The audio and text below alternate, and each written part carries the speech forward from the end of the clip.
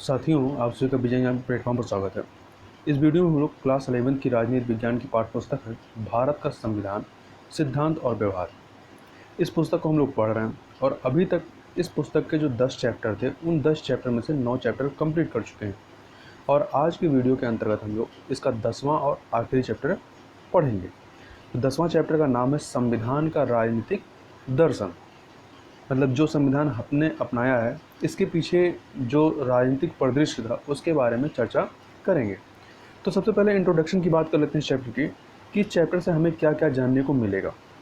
तो इस पुस्तक में जो ये भारत का संविधान, सिद्धांत और व्यवहार था, इस पुस्तक में अभी तक हमने संविधान के कुछ मुख्य प्रावधानों का अध्ययन किया और जाना कि पिछली आधी सदी में इन प्रावधानों ने, मतलब जब से यह लागू हुआ है, अर्थात अब कितने आपके 70 साल से ऊपर हो चुके हैं, तो पिछली आधी सदी में या उससे ज़्यादा जो अब टाइम हो गया, इन प्रावधानों ने कैसे काम किया। हमने इस बात का भी अध्ययन किया कि संविधान कैसे बना। लेकिन क्या कभी आपके मन में यह सवाल उठता है कि ब्रिटिश शासन से आज़ादी हासिल करने के बाद राष्ट्रीय स्वतंत्रता आंदोलन के नेताओं ने संविधान को अंगीकार करने की ज़रूरत क्यों महसूस की? उन्होंने खुद को और आने वाली पीढ़ियों को संविधान से बांधने का फैसला क्यों किया?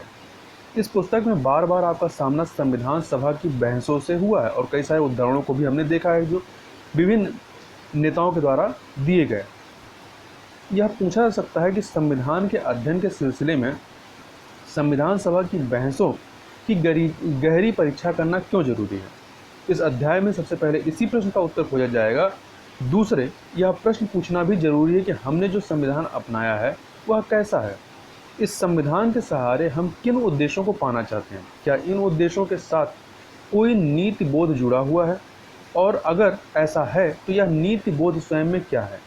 हमारे संविधान के पीछे कौन सी नैतिक दृष्टि काम कर रही है? इस दृष्टि की मजबूती और सीमाएं क्या हैं? और इसी के अनुसार संविधान की सफलता और कमजोरियां क्या हैं?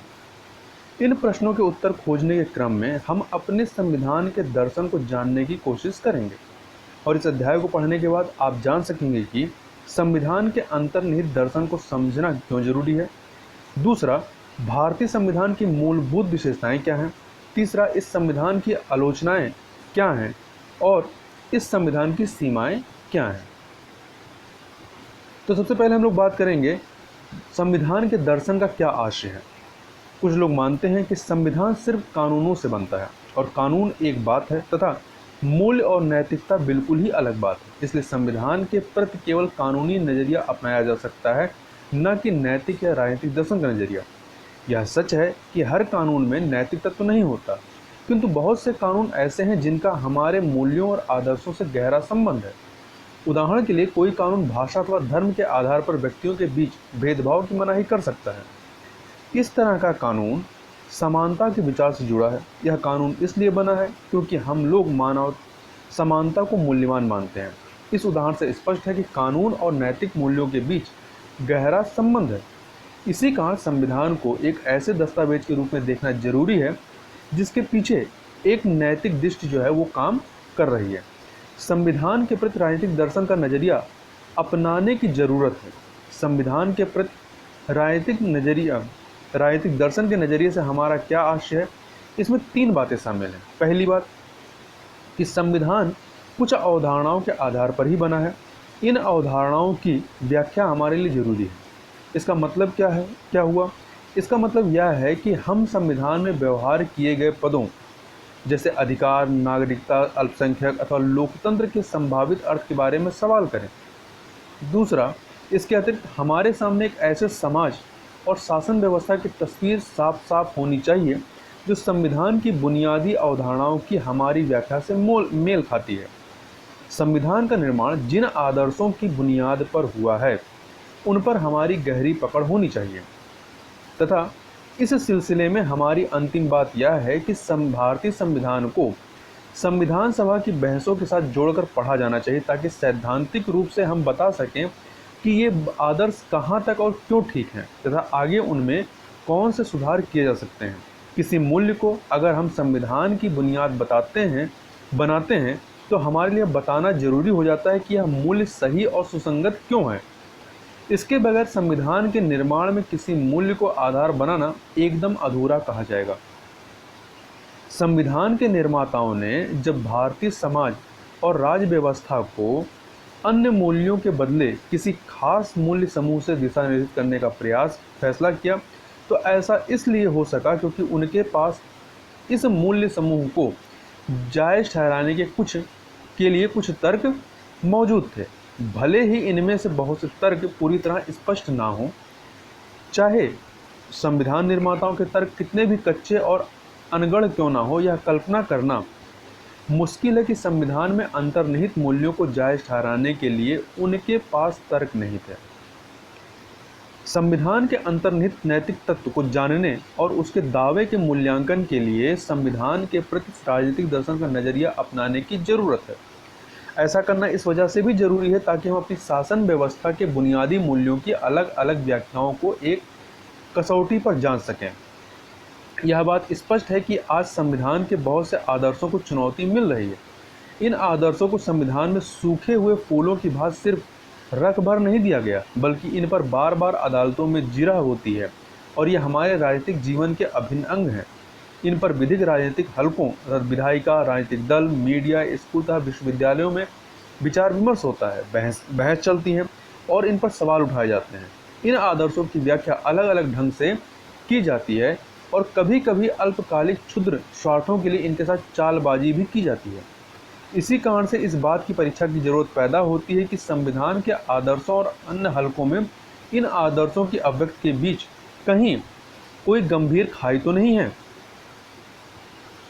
तथा कभी कभी विभिन्न संस्थाएं एक ही आदर्श की व्याख्या अलग अलग ढंग से करती हैं। हमें इन व्याख्याओं की आपसी तुलना की जरूरत पड़ती है। संविधान के आदर्श अपने आप में परम न सही परंतु हैसियत के लिहाज से अत्यंत महत्वपूर्ण है। मूल्यों या आदर्शों की व्याख्या अलग अलग ढंग से की जाए तो इन व्याख्याओं के बीच विरोध पैदा होता है। यह जांचने की जरूरत आ पड़ती है कि कौन सी व्याख्या सही है। इस जांच परख में संविधान के आदर्शों का इस्तेमाल एक कसौटी के रूप में होना चाहिए। इस लिहाज से हमारा संविधान एक पंच की भूमिका निभा सकता है। अब यहाँ पर थोड़ा सा हम लोग जापान के संविधान का उदाहरण देख लेते हैं। तो सन 1947 में जापानी संविधान को बोलचाल में शांति संविधान कहा जाता है। इसकी प्रस्तावना में कहा गया है कि हम जापान के लोग हमेशा के लिए शांति की कामना करते हैं और हम लोग मानवीय रिश्तों का नियंत्रण करने वाले उच्च आदर्शों के प्रति सचेत हैं। जापान के संविधान का दर्शन शांति पर आधारित है। तो याद रखिएगा, शांति संविधान किसे कहते हैं? जापानी संविधान कहते हैं। अब इस जापान के संविधान के अनुच्छेद 9 में कहा गया है, न्याय और सुसंगत व्यवस्था पर आधारित अंतर्राष्ट्रीय शांति की ईमानदारी से कामना करते हुए जापान के लोग राष्ट्र के संप्रभु अधिकार के रूप में प्रतिष्ठित युद्ध और अंतर्राष्ट्रीय विवादों को सुलझाने के लिए धमकी अथवा बल प्रयोग से सदा सर्वदा के लिए दूर रहेंगे। दूसरा, उपयुक्त अनुच्छेद के लक्ष्यों को पूरा करने की बात ध्यान में रखते हुए थल सेना, नौसेना और वायुसेना तथा युद्ध के अन्य साजो सामान कभी भी नहीं रखे जाएंगे, ऐसा इनके संविधान में बताया गया है। इससे पता चलता है कि संविधान निर्माण के समय की परिस्थितियां किस तरह संविधान निर्माताओं के सोच पर छाई रहती हैं। ऐसा ये जो प्रावधान किए गए क्यों किए गए? क्योंकि आपको पता है कि 1945 में जब द्वितीय विश्व युद्ध खत्म होता है, उसके पहले यहाँ पर नागासाकी और हिरोशिमा पर परमाणु बम गिराए थे और जिससे कि जापान का काफ़ी ज़्यादा जान माल की हानि हुई थी। तो इसी के संदर्भ में इनकी ये जो चीज़ें थी आपको इनके संविधान में दिखाई पड़ती हैं। तो यही कहा गया है कि जो संविधान निर्माण के समय की जो परिस्थितियाँ होती हैं वो संविधान निर्माताओं की सोच पर असर करती हैं, अर्थात उसका प्रभाव पड़ता है। आगे चलते हैं। अब बात कर लेते हैं हम लोग संविधान लोकतांत्रिक बदलाव का साधन। तो पहले अध्याय में हमने संविधान के अर्थ और एक अच्छे संविधान की ज़रूरत के बारे में पढ़ा। इस बात पर व्यापक सहमति है कि संविधान को अंगीकार करने का एक बड़ा कारण है सत्ता को निरंकुश होने से रोकना। आधुनिक राज्य अति की हद तक ताकतवर हैं। बल प्रयोग और दंड शक्ति पर राज्य का एकाधिकार माना जाता है। यदि ऐसे राज्य की संस्थाएं गलत हाथों में पड़ जाएं तो क्या होगा? भले ही इन संस्थाओं का निर्माण हमारी सुरक्षा और भलाई के लिए किया गया हो, परंतु ये बड़ी आसानी से हमारे ही विरुद्ध काम कर सकती हैं। राज्य की शक्ति का दुनिया भर का अनुभव बताता है कि अधिकांश राज्य कुछ व्यक्ति अथवा समूहों के हित को नुकसान पहुंचाने की दिशा में काम कर सकते हैं। अगर ऐसा है तो हमें सत्ता के खेल के नियमों को इस तरह बनाना चाहिए कि राज्य की इस प्रवृत्ति पर अंकुश लगे।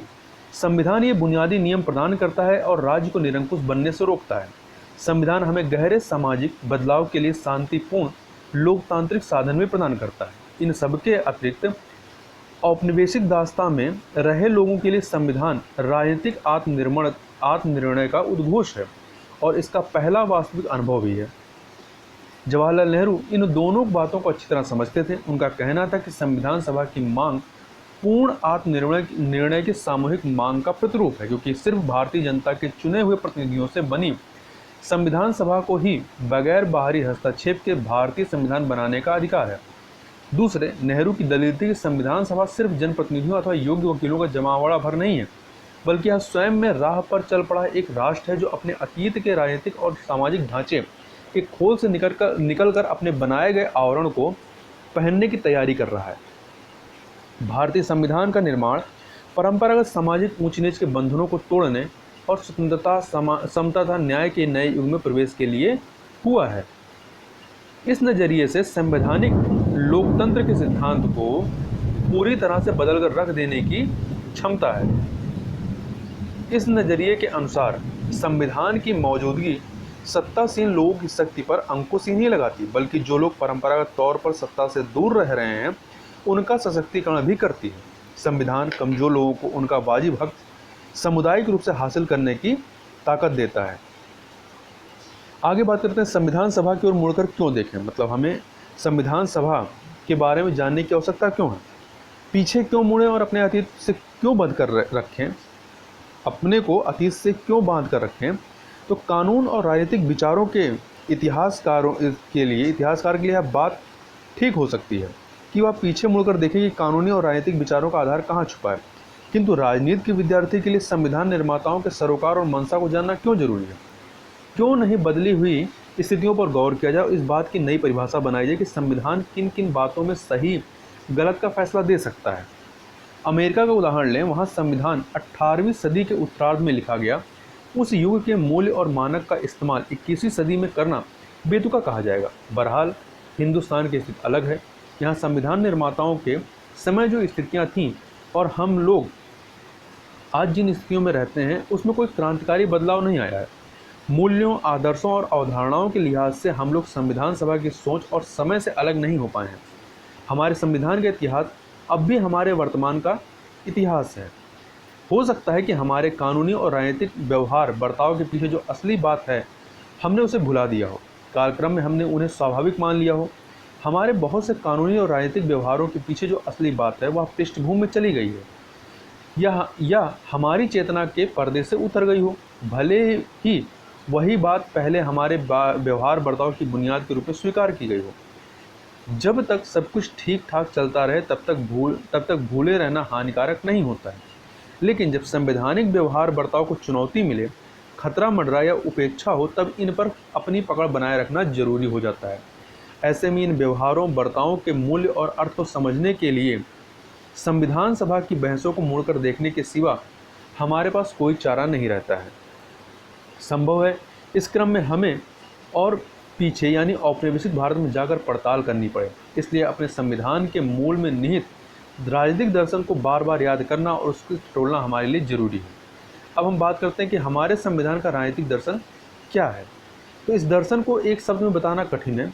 हमारा संविधान किसी एक शीर्षक में अटने से इनकार करता है, मतलब आप इसको एक शीर्षक नहीं दे सकते हैं, क्योंकि यह उदारवादी, लोकतांत्रिक, धर्मनिरपेक्ष, संघवादी, सामुदायिक जीवन मूल्यों की हामी, धार्मिक और भाषाई अल्पसंख्यकों के साथ साथ ऐतिहासिक रूप से अधिकार वंचित वर्गों की जरूरतों के प्रति संवेदनशील तथा एक सर्वसामान्य राष्ट्रीय पहचान बनाने को प्रतिबद्ध संविधान है। संक्षेप में यह संविधान स्वतंत्रता, समानता, लोकतंत्र, सामाजिक न्याय तथा एक किस्म की राष्ट्रीय एकता के लिए प्रतिबद्ध है। इन सबके साथ एक बुनियादी चीज़ और है, संविधान का जोर इस बात पर है कि उसके दर्शन पर शांतिपूर्ण तथा लोकतांत्रिक तरीके से अमल किया जाए। तथा अब बात करते हैं पहले व्यक्ति की स्वतंत्रता के बारे में। तो संविधान के बारे में गौर करने वाली पहली बात है कि यह व्यक्ति की स्वतंत्रता के लिए प्रतिबद्ध है। यह प्रतिबद्धता किसी चमत्कार के रूप में मेज के इर्द गिर्द चुपचाप बैठकर चिंतन मनन करने से नहीं आई है। यह प्रतिबद्धता लगभग एक सदी तक निरंतर चली बौद्धिक और राजनीतिक गतिविधियों का परिणाम है। 19वीं सदी के शुरुआती समय में ही राम मोहन राय ने प्रेस की आज़ादी की काट छाट का विरोध किया था। अंग्रेजी सरकार प्रेस की आज़ादी पर प्रतिबंध लगा रही थी। राम मोहन राय का तर्क था कि जो राज्य व्यक्ति की ज़रूरतों का ख्याल रखता है उसे चाहिए कि वह व्यक्ति को अपनी ज़रूरतों की अभिव्यक्ति का साधन प्रदान करे। इसलिए राज्य के लिए ज़रूरी है कि वह प्रकाशन की असीमित आज़ादी प्रदान करे, मतलब लोगों के बोलने की जो आज़ादी है, एक्सप्रेस करने की, उसे आज़ाद करे। पूरे ब्रिटिश शासन के दौरान भारतीय प्रेस की आज़ादी की मांग निरंतर उठाते रहे राम मोहन राय। आश्चर्य नहीं है कि आज अभिव्यक्ति स्वतंत्रता हमारे संविधान का अभिन्न अंग है। इसी तरह मनमानी गिरफ्तारी के विरुद्ध हमें स्वतंत्रता प्रदान की गई है। आखिर कुख्यात रोलेट एक्ट ने हमारी इसी स्वतंत्रता के अपहरण का प्रयास किया था और राष्ट्रीय स्वतंत्रता संग्राम ने इसके विरुद्ध जमकर लोहा लिया था। इसके अतिरिक्त अन्य व्यक्तिगत स्वतंत्रताएं, मसलन अंतरात्मा का अधिकार, उदारवादी विचारधारा का अभिन्न हिस्सा है। इस आधार पर हम कह सकते हैं कि भारतीय संविधान का चरित्र जो है मजबूत उदारवादी बुनियाद पर प्रतिष्ठित है। मौलिक अधिकारों से संबंधित अध्याय में हम देख चुके हैं कि भारतीय संविधान व्यक्ति की स्वतंत्रता को कितना महत्व देता है। यहाँ इस बात को भी हम याद करें कि संविधान को अंगीकार करने के 40 वर्ष पहले भी भारतीय राष्ट्रीय कांग्रेस के प्रत्येक प्रस्ताव, योजना, विधेयक और रिपोर्ट में व्यक्ति की स्वतंत्रता की चर्चा रहती थी। इसे यूं ही लिखने भर के लिए नहीं लिखा जाता था, बल्कि इसे एक ऐसा मूल्य माना जाता था जिस पर समझौता नहीं किया जा सकता। सामाजिक न्याय की बात करें तो जब भारतीय संविधान को उदारवादी कहा जाता है तो इसका अर्थ इतना भर नहीं होता कि यह संविधान यूरोपीय शास्त्रीय परंपरा के अर्थ पर उदारवादी है। राजनीतिक सिद्धांत की अपनी किताब में आप उदारवाद के बारे में और समझेंगे। शास्त्रीय उदारवाद, क्लासिकल लिबरलिज्म जो है, सामाजिक न्याय और सामुदायिक जीवन मूल्यों के ऊपर हमेशा व्यक्ति को तरजीह देता है। भारतीय संविधान का उदारवाद इसमें दो मायने में अलग है। पहली बात तो यह है कि हमारा संविधान सामाजिक न्याय से जुड़ा है। अनुसूचित जात और अनुसूचित जनजाति के लिए आरक्षण का प्रावधान करना इसका सर्वोच्चतम उदाहरण है। संविधान निर्माताओं का विश्वास था कि मात्र समता का अधिकार दे देना इन वर्गों के 7 सदियों से हो रहे अन्याय से मुक्ति के लिए अथवा इनके मताधिकार को वास्तविक अर्थ देने के लिए काफ़ी नहीं है। इन वर्गों के हितों को बढ़ावा देने के लिए विशेष संवैधानिक उपायों की जरूरत थी। इस कारण संविधान निर्माताओं ने अनुसूचित जाति और अनुसूचित जनजाति के हितों की रक्षा के लिए बहुत से विशेष प्रयास किए। इसका एक उदाहरण अनुसूचित जाति और अनुसूचित जनजाति के लिए विधायिका में सीटों का आरक्षण है। संविधान के विशेष प्रावधानों के कारण ही सरकारी नौकरियों में इन वर्गों को आरक्षण देना संभव हो सका। अब बात कर लेते हैं विविधता और अल्पसंख्यकों के अधिकारों का सम्मान के बारे में। तो संविधान का उदारवाद सामुदायिक जीवन मूल्यों का पक्षधर है। भारतीय संविधान समुदायों के बीच बराबरी के रिश्ते को बढ़ावा देता है। हमारे देश में ऐसा करना आसान नहीं था, क्योंकि समुदायों के बीच अक्सर बराबरी का रिश्ता नहीं होता। समुदायों के बीच एक दूसरे के साथ अक्सर ऊंच नीच का रिश्ता होता है, जैसा कि हम जाति के मामले में देखते हैं। जब समुदाय एक दूसरे को बराबरी का मानते हैं तब बहुधा प्रतिद्वंदी बन जाते हैं, जैसा कि हम धार्मिक समुदायों के मामले में देखते हैं। संविधान निर्माताओं के सामने इस बात की कठिन चुनौती थी कि ऊंच नीच अथवा गहरी प्रतिबद्धता की मौजूदा स्थिति के बीच समुदायों में बराबरी का रिश्ता कैसे कायम किया जाए, समुदायों को उदार कैसे बनाया जाए। समुदायों को मान्यता न दे करके इस समस्या का समाधान आसानी से किया जा सकता था। अधिकांश पश्चिमी राष्ट्रों के उदारवादी संविधान में ऐसा ही किया गया है, लेकिन ऐसा करना न तो अपने देश में कारगर होता और न ही वांछनीय। इसका कारण यह नहीं है कि भारतीय अन्य लोगों की तुलना में समुदायों से कहीं ज़्यादा जुड़े हैं। हर जगह के व्यक्ति सामुदायिक समुदाय से जुड़े होते हैं। ऐसे हर समुदाय की अपनी परंपरा, मूल्य, रीति रिवाज तथा भाषा होती है। समुदाय का सदस्य इसमें भागीदार होता है। उदाहरण के लिए फ्रांस और जर्मनी में व्यक्ति भाषाई समुदाय का सदस्य होता है और इससे वह बड़ी गहराई से जुड़ा होता है। हम लोग सामुदायिक जीवन मूल्यों को ज़्यादा खुले तौर पर स्वीकार करते हैं और यही बात हमें खास बनाती है। इससे भी ज़्यादा महत्वपूर्ण बात यह है कि भारत में अनेक सांस्कृतिक समुदाय हैं। जर्मनी तथा फ्रांस के विपरीत भारत में बहुत से भाषाई और धार्मिक समुदाय हैं। कोई समुदाय दूसरे पर प्रभुत्व न जमाए, इस बात को सुनिश्चित करना जरूरी था। इसी कारण हमारे संविधान के लिए समुदाय आधारित अधिकारों को मान्यता देना जरूरी हो गया। ऐसे ही अधिकारों में से एक है धार्मिक समुदाय का अपनी शिक्षा संस्था स्थापित करने और चलाने का अधिकार। ऐसी संस्थाओं को सरकार धन दे सकती है। इस प्रावधान से पता चलता है कि भारतीय संविधान धर्म को सिर्फ व्यक्ति का निजी मामला नहीं मानता है। यहाँ पर के.एम. पणिकर का एक उद्धरण है, इनके उद्धरण को देख लेते हैं थोड़ा सा। तो इनका कहना था कि भारतीय उदारवाद की दो धाराएं हैं। पहली धारा की शुरुआत राम मोहन राय से होती है। उन्होंने व्यक्ति के अधिकारों पर जोर दिया, खासकर महिलाओं के अधिकार पर। दूसरी धारा में स्वामी विवेकानंद, के.सी. सेन और जस्टिस राणे जैसे चिंतक शामिल हैं। इन चिंतकों ने पुरातनी हिंदू धर्म के दायरे में सामाजिक न्याय का जज्बा हो जगाया। विवेकानंद के लिए हिंदू समाज की ऐसी पुनर्संरचना कर पाना उदारवादी सिद्धांतों के बगैर संभव नहीं हो पाता। अब आगे चलते हैं। आगे हम लोग बात करेंगे धर्मनिरपेक्षता के बारे में। तो माना जाता है कि धर्मनिरपेक्ष राज्य धर्म को निजी मामले के रूप में स्वीकार करते हैं। कहने का अर्थ यह है कि धर्मनिरपेक्ष राज्य धर्म को आधिकारिक अथवा सार्वजनिक मान्यता नहीं प्रदान करते। इसका अर्थ यह हुआ कि भारतीय संविधान धर्मनिरपेक्ष है? ऐसी बात नहीं। यद्यपि शुरुआत में धर्मनिरपेक्ष शब्द का जिक्र संविधान में नहीं हुआ था, इसको 42वें संविधान संशोधन के द्वारा जोड़ा गया, लेकिन भारतीय संविधान हमेशा धर्मनिरपेक्ष रहा है। जिक्र तो पहले नहीं हुआ था, परंतु रहा हमेशा यह धर्मनिरपेक्ष ही रहा है।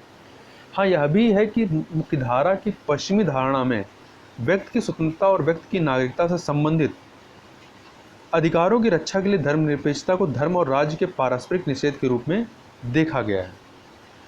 इसके बारे में आप राजनीतिक सिद्धांत में विस्तार से पढ़ेंगे। पारस्परिक निषेध, म्यूचुअल एक्सक्लूजन शब्द का अर्थ होता है धर्म और राज्य दोनों एक दूसरे के अंदरूनी मामलों से दूर रहेंगे। राज्य के लिए जरूरी है कि वह धर्म के क्षेत्र में हस्तक्षेप न करे। ठीक इसी तरह धर्म को चाहिए कि वह राज्य की नीति में दखल न दे और न ही राज्य संचालन को प्रभावित करे। दूसरे शब्दों में पारस्परिक निषेध का अर्थ है कि धर्म और राज्य परस्पर अलग अलग होने चाहिए। धर्म और राज्य को एकदम अलग रखने की इस मुख्यधारा के नज़रिया का उद्देश्य क्या है? इसका उद्देश्य है कि व्यक्ति की स्वतंत्रता की सुरक्षा। जो राज्य संगठित धर्म को समर्थन देता है वह पहले से ही मजबूत धर्म को और ताकतवर बनाता है, जबकि धार्मिक संगठन व्यक्ति के धार्मिक जीवन का नियंत्रण करने लगते हैं। जब वो यह बताने लगें कि किसी व्यक्ति को ईश्वर से किस तरह जुड़ाव रखना चाहिए, कैसे पूजा प्रार्थना करनी चाहिए, तो व्यक्ति के पास इस स्थिति में अपनी धार्मिक स्वतंत्रता की रक्षा के लिए राज्य से अपेक्षा रखने का विकल्प होना चाहिए। लेकिन जिस राज्य ने स्वयं इन संगठनों से हाथ मिला लिया हो, वह क्या सहायता देगा? इसलिए व्यक्ति को धार्मिक स्वतंत्रता की रक्षा के लिए जरूरी है कि राज्य धार्मिक संगठनों की सहायता न करें। लेकिन इसके साथ यह भी जरूरी है कि राज्य जैसी ताकतवर संस्था धार्मिक संगठनों को यह न बताने लगें कि उन्हें अपना काम कैसे करना चाहिए। इससे भी धार्मिक स्वतंत्रता बाधित होती है। इसी कारण राज्य के लिए भी जरूरी है कि वह धार्मिक संगठनों को बाधा न पहुंचाए। संक्षेप में, राज्य को चाहिए कि वह न तो धर्म की मदद करे और न ही उसे बाधा पहुंचाए। इसके बदले राज्य के लिए धर्म से एक सम्मानजनक दूरी बनाए रखना जरूरी है। ठीक इसी तरह राज्य को चाहिए कि नागरिकों को अधिकार प्रदान करते हुए वह धर्म को आधार न बनाए। पश्चिमी दुनिया में ईसाई धर्म कई शाखाओं में बंट गया और प्रत्येक शाखा का अपना चर्च था। इसी कारण ऐसा करना अनिवार्य हो गया। यदि राज्य की निष्ठा इनमें से किसी एक चर्च के साथ होती है तो वह इस चर्च के सदस्यों को दूसरे के सदस्यों से ज़्यादा तरजीह देता है। इस संभावित असमानता से बचने के लिए धर्म और राज्य के बीच गठजोड़ को तोड़ना आवश्यक था। माना गया कि राज्य को व्यक्ति के अधिकारों की रक्षा करनी चाहिए, चाहे उस व्यक्ति का धर्म कोई भी हो। तथा आगे देखें तो भारत में स्थितियां जो हैं वो अलग थीं और इन स्थितियों से उत्पन्न चुनौतियों से निपटने के लिए संविधान निर्माताओं ने धर्मनिरपेक्षता की वैकल्पिक धारणा का विकास किया। संविधान निर्माता धर्मनिरपेक्षता के पश्चिमी मॉडल से दो रूपों में अलग हुए और इसके दो अलग अलग कारण थे। पहला, धार्मिक समूहों के अधिकार। तो पहली बात, जैसे यह बताया जा चुका है कि संविधान निर्माता विभिन्न समुदायों के बीच बराबरी के रिश्ते को उतना ही जरूरी मानते थे जितना विभिन्न व्यक्तियों के बीच बराबरी को। इसका कारण यह है कि किसी व्यक्ति की स्वतंत्रता और आत्मसम्मान का भाव धीरे धीरे उसके समुदाय की हैसियत पर निर्भर करता है। यदि एक समुदाय दूसरे के प्रभुत्व में हो तो उसके सदस्य भी कम स्वतंत्र होंगे। दूसरी तरफ अगर दो समुदायों के बीच बराबरी का संबंध हो तो एक का दूसरे पर प्रभुत्व ना हो तो इन समुदायों में के सदस्य आत्मसम्मान और आज़ादी के भाव से भरे होंगे। इसलिए भारतीय संविधान सभी धार्मिक समुदायों को शिक्षा संस्थान स्थापित करने और चलाने का अधिकार प्रदान करता है। भारत में धार्मिक स्वतंत्रता का अर्थ व्यक्ति और समुदाय दोनों की धार्मिक स्वतंत्रता होता है। आगे बात करते हैं राज्य का हस्तक्षेप करने का अधिकार के बारे में। दूसरी बात, धर्म और राज्य के अलगाव का अर्थ भारत में पारस्परिक निषेध नहीं हो सकता है। ऐसा क्यों? ऐसा इसलिए कि धर्म से अनुमोदित रिवाज मसलन छुआछूत व्यक्ति को उसकी बुनियादी गरिमा और आत्मसम्मान से वंचित करते हैं। इन रिवाजों की पैठ इतनी गहरी और व्यापक थी कि राज्य के सक्रिय हस्तक्षेप के बिना इनके खात्मे की उम्मीद नहीं थी। राज्य को धर्म के अंदरूनी मामलों में हस्तक्षेप करना ही पड़ा। ऐसे हस्तक्षेप हमेशा नकारात्मक नहीं होते हैं। राज्य ऐसे में धार्मिक समुदायों की मदद भी कर सकता है। मिसाल के तौर पर धार्मिक संगठन द्वारा चलाए जा रहे शिक्षा संस्थान को वह धन दे सकता है। इस तरह राज्य जो है धार्मिक समुदायों की मदद भी कर सकता है और बाधा भी पहुंचा सकता है। यह इस बात पर निर्भर है कि राज्य के किन कदमों से स्वतंत्रता और समता जैसे मूल्यों को बढ़ावा मिलता है। भारत में धर्म और राज्य के अलगाव का अर्थ है पारस्परिक निषेध। भारत में धर्म और राज्य के अलगाव का अर्थ पारस्परिक निषेध नहीं है, बल्कि राज्य की धर्म से सिद्धांतगत दूरी है। यह एक जटिल विचार है। इससे राज्य को सभी धर्मों से दूरी रखने की छूट मिलती है ताकि वह अवसर के अनुकूल धर्म के मामलों में हस्तक्षेप कर सके अथवा ऐसे मामलों में दखल देने से बचा रहे। यह इस बात पर निर्भर है कि इन दोनों में से किस कदम से स्वतंत्रता, समता और सामाजिक न्याय को बढ़ावा मिलता है। आगे देखते हैं। तो अब हमने अभी तक 3 केंद्रीय विशेषताओं के बारे में पढ़ा है। इन्हें हमारे संविधान की उपलब्धियां भी कहा जा सकता है। पहली बात तो यह है कि हमारे संविधान ने उदारवादी व्यक्तिवाद को एक शक्ल दे करके उसे मजबूत किया है। यह एक महत्वपूर्ण उपलब्धि है क्योंकि यह सब एक ऐसे समाज में किया गया जहां सामुदायिक जीवन मूल्य व्यक्ति की स्वायत्तता को कोई महत्व नहीं देते अथवा शत्रुता का भाव रखते हैं। दूसरे, हमारे संविधान ने व्यक्तिगत स्वतंत्रता पर आंच लगाए बगैर सामाजिक न्याय के सिद्धांत को स्वीकार किया है। जाति आधारित सकारात्मक कार्य योजना अफर्मेटिव एक्शन प्रोग्राम के प्रति संवैधानिक वचनबद्धता से प्रकट होता है कि भारत दूसरे राष्ट्रों की तुलना में कहीं आगे है। क्या कोई इस बात को भूल सकता है कि संयुक्त राज्य अमेरिका में सकारात्मक कार्य योजना सन 1964 के नागरिक अधिकार आंदोलन के बाद आरंभ हुई है, जबकि भारतीय संविधान ने इसे लगभग 2 दशक पहले ही अपना लिया था। तीसरे, विभिन्न समुदायों के आपसी तनाव और झगड़े की पृष्ठभूमि के बावजूद भारतीय संविधान ने समूहगत अधिकार तथा ग्रुप राइट जैसे कि सांस्कृतिक विशेषताओं की अभिव्यक्ति का अधिकार प्रदान किए हैं। इससे पता चलता है कि संविधान निर्माता उस चुनौती से निपटने के लिए बहुत पहले से तैयार थे जो 4 दशक बाद बहुसंस्कृतवाद के नाम से जानी गई। अब हम लोग सार्वभौम मताधिकार की बात कर लेते हैं। तो दो अन्य केंद्रीय विशेषताओं को उपलब्धि के रूप में गिना जा सकता है।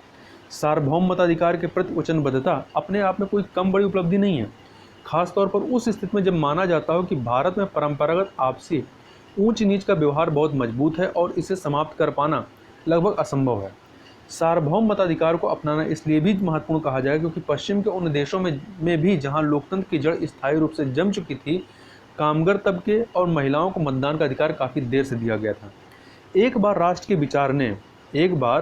के विचार ने समाज के अभिजात तबके में जगह बना ली तो इसके परिणामस्वरूप लोकतांत्रिक स्वशासन का विचार भी पनपा। इस प्रकार भारतीय राष्ट्रवाद की धारणा में हमेशा एक ऐसी राज्य व्यवस्था की बात मौजूद रही जो समाज के प्रत्येक सदस्य की इच्छा पर आधारित हो।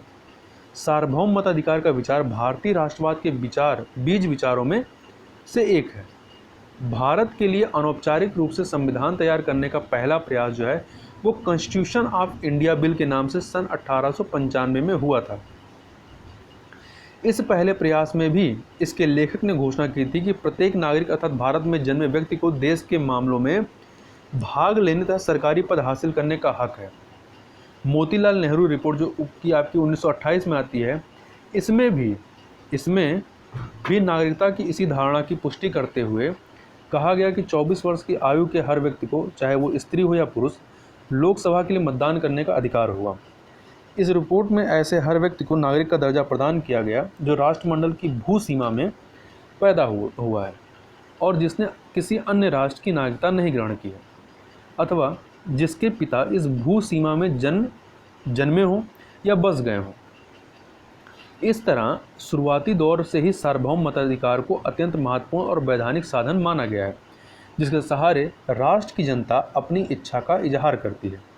अब इस संघवाद की बात करें तो जम्मू कश्मीर और पूर्वोत्तर संबंधित अनुच्छेदों को जगह दे करके भारतीय संविधान ने असमतोल संघवाद जैसी अत्यंत महत्वपूर्ण अवधारणा को अपनाया है। संघवाद संबंधित अध्याय में हमने देखा कि संविधान में एक मजबूत केंद्रीय सरकार की बात मानी गई है तथा संविधान का झुकाव जो है केंद्र सरकार की मजबूती की तरफ तो है, लेकिन इसके बावजूद भारतीय संघ की विभिन्न इकाइयों की कानूनी हैसियत और विशेषाधिकार में महत्वपूर्ण अंतर है। अमेरिकी संघवाद की संवैधानिक बनावट समतोल है, लेकिन भारतीय संघवाद सैद्धांतिक रूप से असमतोल है। कुछ एक इकाइयों की विशेष जरूरतों को ध्यान में रखते हुए संविधान की रचना में बराबर इस बात का ख्याल रखा गया है कि इन इकाइयों के साथ संबंध अनूठे रहें अथवा इन्हें विशेष दर्जा प्रदान किया जाए। मसलन भारतीय संघ में जम्मू कश्मीर का विलय इस आधार पर किया गया कि संविधान के अनुच्छेद 370 के तहत इस प्रदेश की स्वायत्तता की रक्षा की जाएगी। यह एकमात्र प्रदेश है जिसका अपना संविधान है। ठीक इसी तरह अनुच्छेद 371A के तहत पूर्वोत्तर के प्रदेश नागालैंड को विशेष दर्जा प्रदान किया गया है। यह अनुच्छेद न सिर्फ 371A न सिर्फ नागालैंड में पहले से लागू नियमों को मान्यता प्रदान करता है, बल्कि अप्रवास पर रोक लगाकर स्थानीय पहचान की रक्षा भी करता है। बहुत से अन्य प्रदेशों को भी ऐसे विशेष प्रावधानों का लाभ मिला है तब भारतीय संविधान के अनुसार विभिन्न प्रदेशों के साथ इस असमान बर्ताव में कोई बुराई नहीं है। ठीक है, तो यहाँ पर ध्यान रखिएगा कि यदि आप लेटेस्ट की बात करें तो जो प्रावधान आपका जम्मू कश्मीर के लिए किया गया था, जो विशेष प्रावधान किए गए थे, वो 5 अगस्त 2019 से समाप्त हो चुके हैं, जबकि जो नॉर्थ ईस्ट या अन्य जगहों को जो विशेष कुछ दर्जे दिए गए हैं या जो विशेष प्रावधान किए गए हैं वो अभी भी जारी हैं। आगे चलते हैं। हालांकि संविधान में मूल रूप से यह बात नहीं कही गई है, परंतु आज भारत एक बहुभाषिक संघ है। हर बड़े भाषाई समूह की राजनीतिक मान्यता है और इन्हें परस्पर बराबरी का दर्जा प्राप्त है। इस तरह भारत के लोकतांत्रिक और भाषाई संघवाद ने सांस्कृतिक पहचान के दावे को एकता के दावे के साथ जोड़ने में सफलता पाई है। भारत में एक भरा पूरा राजनीतिक मैदान मौजूद है जिसमें परस्पर प्रतिस्पर्धी बहुविध अस्मिताओं को राजनीतिक दावेदारी करने की छूट है। अब राष्ट्रीय पहचान की बात कर लेते हैं। तो संविधान में समस्त भारतीय जनता की एक राष्ट्रीय पहचान पर निरंतर जोर दिया गया है। इस संबंध में हम यहाँ कुछ बातों पर गौर करें। ऊपर की चर्चा से यह बात स्पष्ट हो जाती है कि हमारी एक राष्ट्रीय पहचान का भाषा या धर्म के आधार पर बनी अलग अलग पहचानों से कोई विरोध नहीं है। भारतीय संविधान में इन दो पहचानों के बीच संतुलन बनाने की कोशिश की गई है। फिर भी किन्हीं विशेष परिस्थितियों में राष्ट्रीय पहचान को वरीयता प्रदान की गई है। इसे धर्म के आधार पर पृथक निर्वाचक मंडल बनाने के संबंध में हुई बहस में स्पष्ट किया गया। संविधान में ऐसे निर्वाचक मंडल की बात नकार दी गई। पृथक निर्वाचन मंडल की बात को नकारने का कारण यह नहीं था कि इसको मानने पर विभिन्न धार्मिक समुदायों में भेद पैदा होता है अथवा इससे राष्ट्रीय एकता की धारणा पर खतरा उत्पन्न होता है। इसको नकारने का कारण यह था कि इससे राष्ट्रीय जीवन की सहजता में बाधा पहुंचती है। अब प्रक्रियागत उपलब्धि की बात करें तो ऊपर बताई गई 5 केंद्रीय विशेषताओं, जो भी हमने राष्ट्रीय पहचान, संघवाद, आपका सार्वभौम मताधिकार हो गया, ठीक है, धर्मनिरपेक्षता था, इसके अलावा आपका सामाजिक न्याय था, व्यक्ति की स्वतंत्रता थी, या आपका विविधता और अल्पसंख्यक के अधिकारों का सम्मान, ये सब जो बातें हमने कहीं, तो ये जो 5 केंद्रीय विशेषताओं को हमारे संविधान की आधारभूत महत्व की उपलब्धि कहा जा सकता है। इसके अतिरिक्त कुछ उपलब्धियां प्रक्रियागत भी हैं। जैसे अव्वल तो यह है कि भारतीय संविधान का विश्वास राजनीतिक विचार विमर्श में है। हम इस बात को जानते हैं कि बहुत से समूहों और हितों की संविधान सभा में समुचित नुमाइंदगी न हो सकी, लेकिन इस सभा की बहसों से यह बात साफ जाहिर हो जाती है कि संविधान निर्माताओं का नज़रिया यथासंभव सबको शामिल करने का था।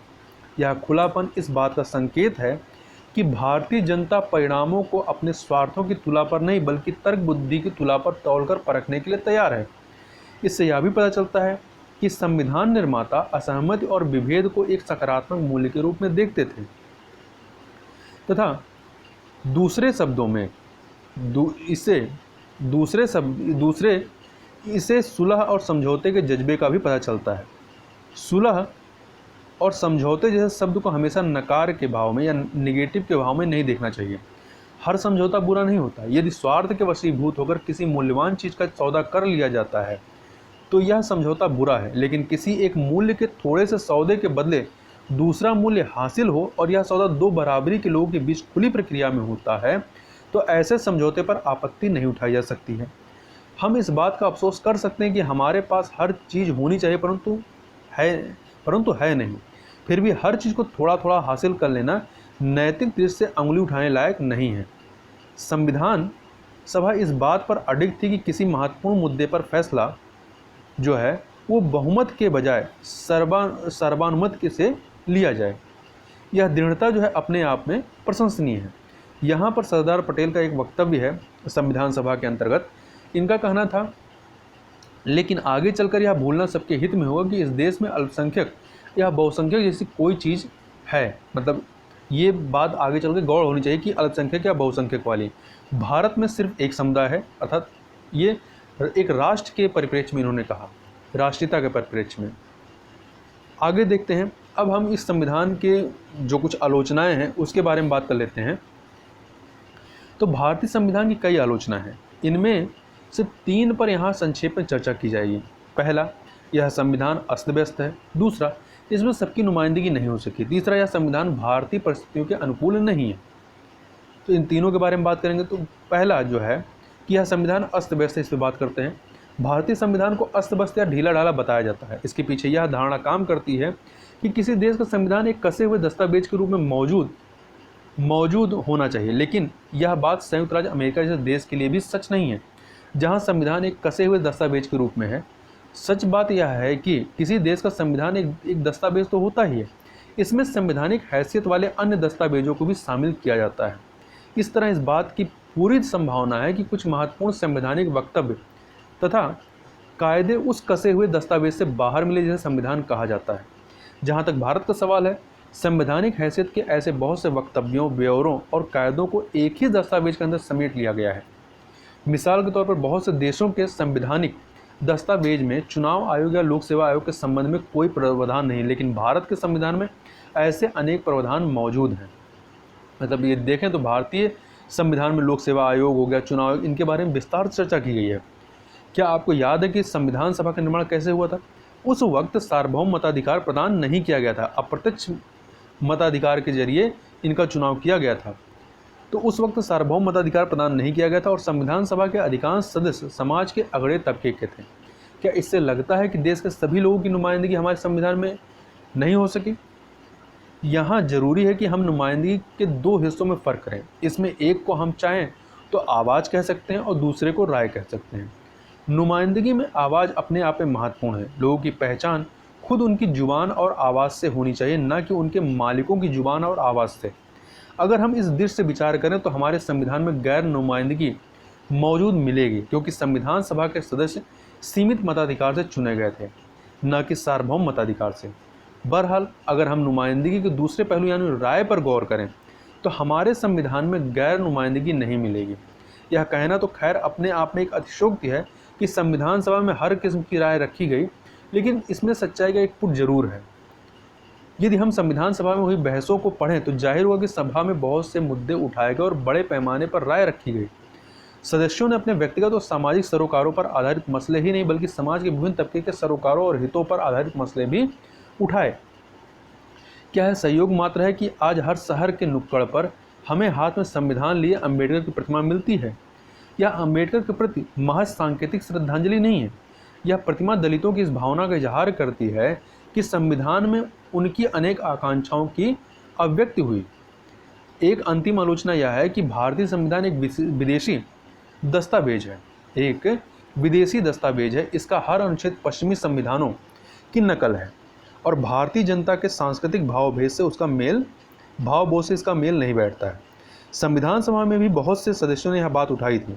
इस दृष्टि से भारतीय संविधान अत्यंत भ्रामक है, क्योंकि इस संविधान की सांस्कृतिक और मूल्यपरक गति मति भारत की असली जनता और उसके आचार विचार के सांस्कृतिक तथा मूल्यपरक गतिमति के अनुकूल नहीं है।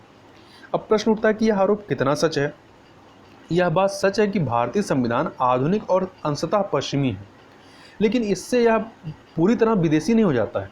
पहली बात तो यह है कि अनेक भारतीयों ने चिंतन का न सिर्फ आधुनिक तरीका अपना लिया है, बल्कि उसे आत्मसात भी कर लिया है। इन लोगों के लिए पश्चिमीकरण अपनी परंपरा की बुराइयों के विरोध का एक तरीका था।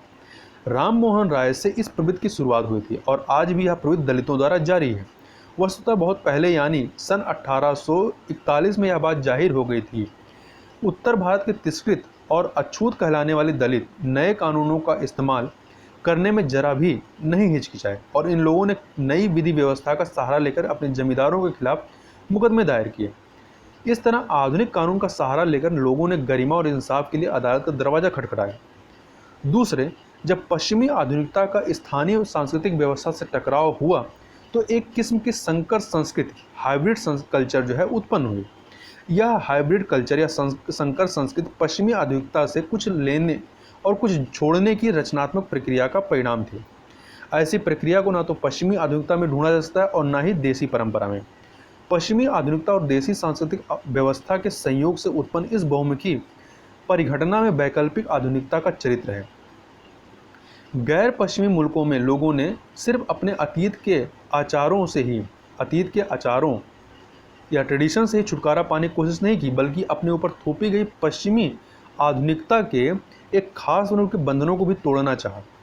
इस तरह जब हम संविधान बना रहे थे तो हमारे मन में परंपरागत भारतीय और पश्चिमी मूल्यों के स्वस्थ मेल का भाव था। यह संविधान सचेत चयन और अनुकूलन का परिणाम है, न कि नकल का। अब हम लोग थोड़ा सा इसकी जो लिमिटेशन है या सीमाएं हैं उनकी बात कर लेते हैं। इसके पहले के हनुमंथैया, इनका संविधान सभा वाद विवाद में जो इनके द्वारा वक्तव्य दिया गया उसका एक अंश देख लेते हैं। तो इनका कहना था कि हम बीड़ा या सितार का संगीत सुनना चाहते थे, लेकिन यहाँ तो अंग्रेजी बैंड बज रहा है। ऐसा इसलिए हो क्योंकि हमारे संविधान निर्माता इसी रूप में शिक्षित हुए थे। यह ठीक वैसा ही संविधान है जैसा महात्मा गांधी नहीं चाहते थे और जिसके बारे में उन्होंने सोचा तक ना था। ये के हनुमंता का है, मतलब एक प्रकार से इन्होंने आलोचना की है। अब थोड़ा लिमिटेशन की हमारे जो संविधान है उसकी लिमिटेशन को देखते हैं। इन बातों का यह मतलब नहीं कि इस भारत का संविधान हर तरह से पूर्ण और त्रुटिहीन दस्तावेज है। जिन सामाजिक परिस्थितियों में इसका निर्माण हुआ उसे देखते हुए यह बात स्वाभाविक है कि इसमें कुछ विवादास्पद मुद्दे रह जाएं, ऐसी बातें बच जाएं जिनका पुनर्वलोकन की जरूरत हो। इस संविधान की बहुत सी बातें समय के दबाव में पैदा हुई, फिर भी हमें यह स्वीकार करना चाहिए कि संविधान की कुछ सीमाएं हैं, लिमिटेशन है। अब हम संक्षेप में संविधान की सीमाओं पर की चर्चा कर लें। पहली बात यह है कि भारतीय संविधान में राष्ट्रीय एकता की धारणा बहुत केंद्रीकृत थी, सेंट्रलाइज्ड है। दूसरे, इसमें लिंगगत न्याय के कुछ महत्वपूर्ण मसलों, खासकर परिवार से जुड़े मुद्दों पर ठीक से ध्यान नहीं दिया गया। तीसरे, यह बात स्पष्ट नहीं है कि एक गरीब और विकासशील देश में कुछ बुनियादी सामाजिक आर्थिक अधिकारों को मौलिक अधिकारों का अभिन्न हिस्सा बनाने के बजाय उसे राज्य के नीति निर्धारक तत्व वाले खंड में क्यों डाल दिया गया। संविधान की इन सीमाओं के कारण को समझना और उससे दूर करना संभव है, लेकिन यहाँ यह बात महत्वपूर्ण नहीं है। हमारा तर्क यह है कि संविधान की सीमाएं इतनी गंभीर नहीं कि संविधान के दर्शन के लिए ही खतरा पैदा कर दें। अब इस चैप्टर का जो निष्कर्ष है उसको थोड़ा सा देख लेते हैं। तो इस अध्याय में हमने जाना कि संविधान एक जीवंत दस्तावेज है। संविधान की केंद्रीय विशेषताएं उसे जीवंत बनाती हैं। कानूनी प्रावधान और सांस्थानिक व्यवस्था समाज की जरूरत तथा समाज द्वारा अपनाए गए दर्शन पर निर्भर है। इस पुस्तक में हमने जिस सांस्थानिक व्यवस्था का अध्ययन किया है उसके मूल में है भविष्य के प्रति एक दृष्टि। इस दृष्टि से को सबकी सहमति हासिल है। यह दृष्टि ऐतिहासिक रूप से स्वतंत्रता संग्राम के दौरान उत्पन्न हुई। संविधान सभा ने इस दृष्टि का परिष्कार किया और उसे विधिक सांस्थानिक रूप प्रदान किया। इस तरह संविधान में यह दृष्टि जो है रूपायित हुई। बहुत से लोगों का कहना है कि इस दृष्टि अथवा संविधान के दर्शन का सर्वोत्तम सार संक्षेप संविधान की प्रस्तावना में है। क्या आपने ध्यानपूर्वक संविधान की प्रस्तावना को पढ़ा है? इसमें बहुत से उद्देश्यों का जिक्र तो है, साथ ही साथ में एक विनम्र दावेदारी भी है। इस संविधान को महान व्यक्तियों के एक समूह ने नहीं प्रदान किया है। इसकी रचना, उसका अंगीकार हम भारत के लोगों के द्वारा हुआ है, ऐसा उसमें प्रस्ताव में बताया गया है। इस तरह जनता स्वयं अपनी नियत की नियता है और लोकतंत्र एक साधन है जिसके सहारे लोग अपने वर्तमान और भविष्य को आकार देते हैं। आज प्रस्तावना के उस उद्घोष को 50 साल या 70 साल से ज़्यादा हो चुके हैं। हम बहुत से मसलों पर लड़े हैं। हमने देखा है कि अदालतों और सरकारों के बीच अनेक व्याख्याओं पर असहमति है। केंद्र और प्रादेशिक सरकारों के बीच मत वैभिन्न है। राजनीतिक दल संविधान की विविध व्याख्याओं के आधार पर पूरे जोर शोर से लड़ते हैं। जब 11th की पुस्तक तो हम पढ़ ही चुके हैं, जब 12th की पुस्तक पढ़ेंगे तो वहाँ पर हमारी राजनीति में बहुत सी समस्याएं और कमियां हैं, उसके बारे में भी हम वहाँ पर पढ़ेंगे। फिर भी अगर आप किसी राजनेता अथवा आम नागरिक से पूछे तो पाएंगे कि हर कोई संविधान के अंतर्निहित दर्शन में विश्वास करता है। हम सब साथ रहना चाहते हैं और समता, सुंदरता तथा बंधुता की भावना के आधार पर समृद्धि करना चाहते हैं। संविधान की दृष्टि अथवा दर्शन में यह बात साझेदारी संविधान को अमल में लाने का महत्वपूर्ण परिणाम है। सन 1950 में इस संविधान का निर्माण एक महत्वपूर्ण उपलब्धि थी। आज इस संविधान के दर्शन को जीवंत रखना हमारे लिए महत्वपूर्ण उपलब्धि होगी। तो इस प्रकार से यह जो आपका चैप्टर था, भारत का संविधान, सिद्धांत और व्यवहार, इस चैप्टर के साथ ही यह जो पूरी पुस्तक थी क्लास 11th की, भारत का संविधान, सिद्धांत और व्यवहार, यह पूरा पुस्तक यहाँ पर समाप्त होता है। तो यह वीडियो बस यहीं पर समाप्त करते हैं। धन्यवाद।